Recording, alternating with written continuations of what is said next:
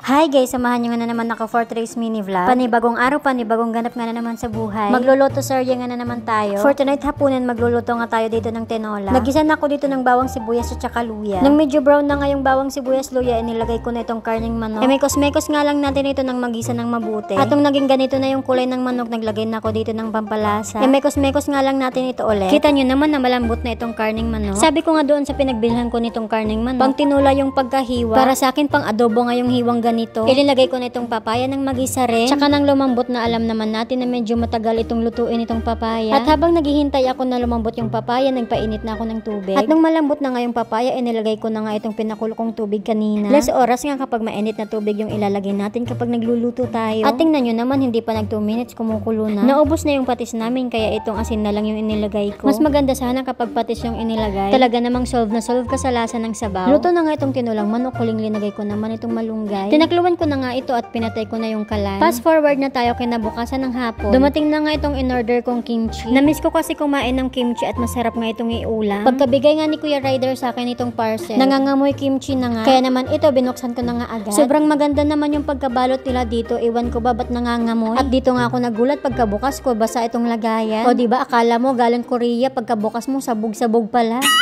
Habang nagbubukas pa nga lang ako nito kanina, ayaw ko nang mag-order ulit. Hindi ko na nga nireklamo dahil hindi naman kasalanan nito ng seller. Kita nyo naman kung gaano kaganda yung pagkabalot nila. Imbis nakikita yung mga seller, hindi natuloy. Paano ba naman madaming magrereklamo sa kanila sa hindi tamang pagdi-deliver? Nabubulol tuloy ako sa sobrang gigil ko. Tingnan nyo naman kung ano yung nangyari dito sa kimchi. Kaya naman kami dito, natuto na talaga kami sa tuwing may parcel kami, vinivideohan talaga namin. First time ko nga pala mag-order ng pagkain nito sa TikTok. First time ko nga mag-order, ganito pa yung nangyari. Hinugasan ko muna yung lagayan bago ko isalin itong kimchi. Pwede pa siguro itong kainin dahil hindi pa naman siya totally natapon. Hindi na talaga ako uulit dahil iba yung lasa nitong kimchi. Hindi siya yung kasing lasa na kimchi na nakakain namin sa mga resto. Fast forward na naman tayo, magluluto nga na naman ako ng ulam namin ni Marty. Ginisang sibuyas nga pala yung ulam namin ngayon, charot.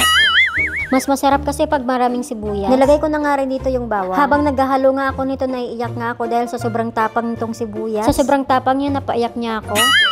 At nung gisang-gisa na yung sibuyas at saka bawang, inilagay ko na itong karning baboy. Yempo nga pala itong linagay ko, pinili ko lang yung medyo may buto-buto. Naglagay na ako dito ng pampalasa, chicken nor cubes, laurel, pamintang buo, toyo at saka suka. Papakuluan ko nga lang ito ng medyo matagal hanggang maubos yung sabaw. Adobong tuyo nga pala yung lulutuin ko. Mas masarap kasi kapag adobong tuyo hindi masyadong nakakaumay. Naglagay na nga rin ako dito ng kaunting asukal para balance yung lasa. Halo nga lang ako dito ng halo para hindi masunog. Minsan nga lang kami dito magluto ng adobong tuyo. Kaya naman nakakamiss nga rin mag-ulam ng ganito. Pag nandito nga si Ate Rica, siguradong simot na simot itong kawali. Paano ba naman lalagyan niya ng kanin itong kawali? Yung tipong walang matitira kahit yung amoy ng adobo, char.